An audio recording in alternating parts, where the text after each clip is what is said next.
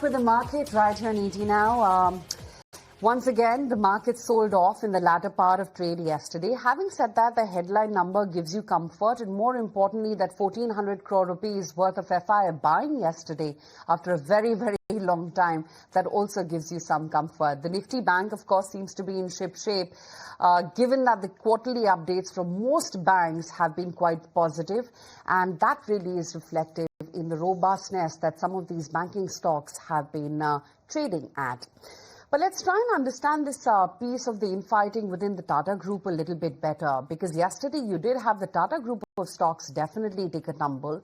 There may not be any correlation. There was, of course, a downgrade coming in a trend. But pick up any of the Tata Group names, they were under pressure definitely in the latter half. So let's take that discussion forward. We've got Sanjay Hegde, Senior Advocate at Supreme Court, joining in on the show right now. Sanjay, hi, morning. Thanks so much for your time today. In your view, Sanjay, does the doctrine of fiduciary duty as applied to trustees, allowing the dissenting trustees now, which is the Melli Mistry block, to seek this injunctive relief or, partitioning of decision, making powers within Tata Trusts, Tata Sons, especially in the face of alleged unshared information? How are you reading into this? And how would you assess the legal challenges that would now come thereof? Well, legal options are something that are no doubt being explored. But a trust is a different thing from a company.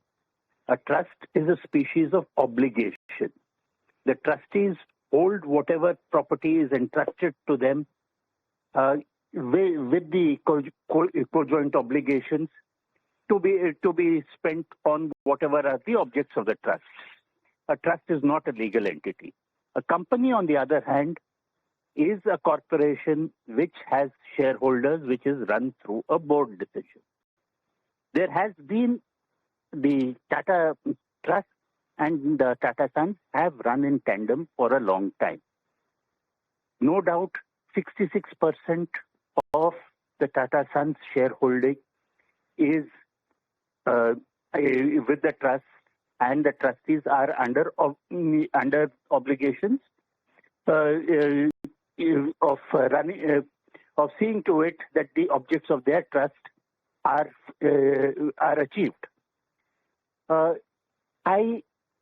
If as a consequence of those obligations, the trustees feel impelled to seek injunctive relief, that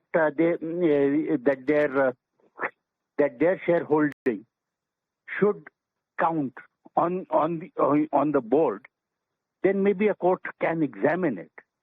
However, we need to be conceptually clear. While trustees and their obligations operate within the realm of trust law, ultimately this is a question of corporate law. If the trustees have enough shareholding power, they can make the changes on the board like any other shareholder can. So, okay. But having said all this, I do think that this is a matter which will be resolved outside the courtrooms as I currently see it. Often these issues of corporate governance are also questions of personalities. And right now, it does appear to me that both sides are testing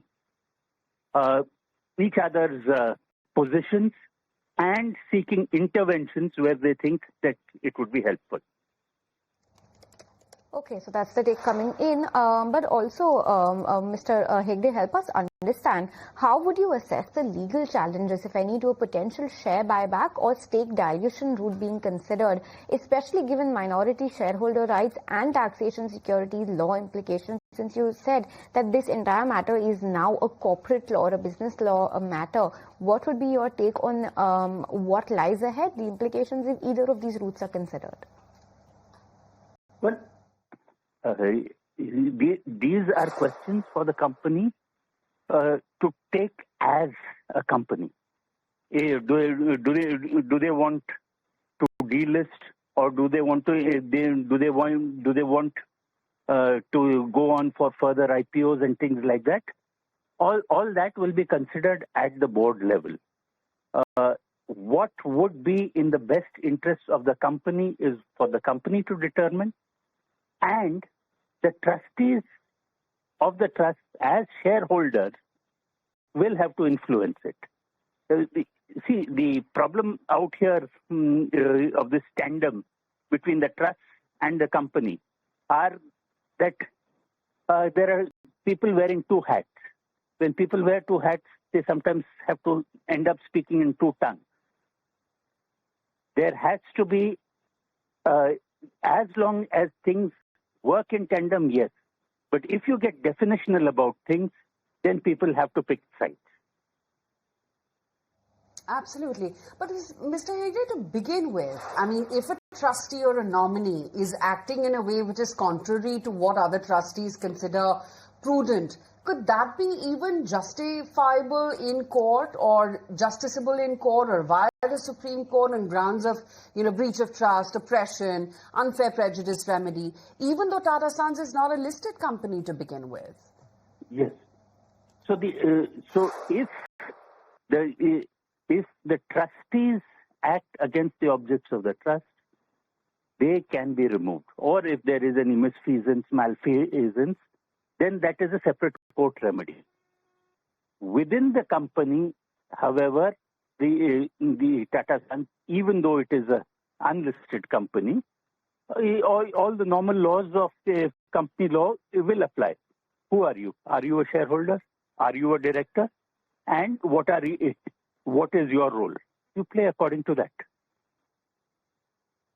Okay, and Mr. Hegde, we understand that some trustees reportedly want greater oversight powers under the Indian trust law. Can trustees legally demand changes in decision-making authority in the middle of the process?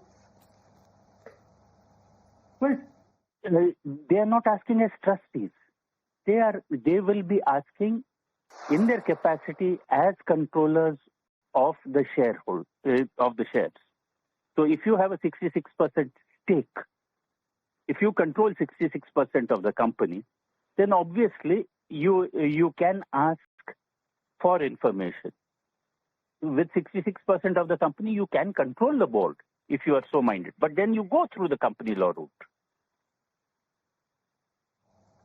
Oh, absolutely. It's a developing story, but Mr. Hegde, thank you so much for your time and giving us some insight on how the developments could, pan out from here. Thank you.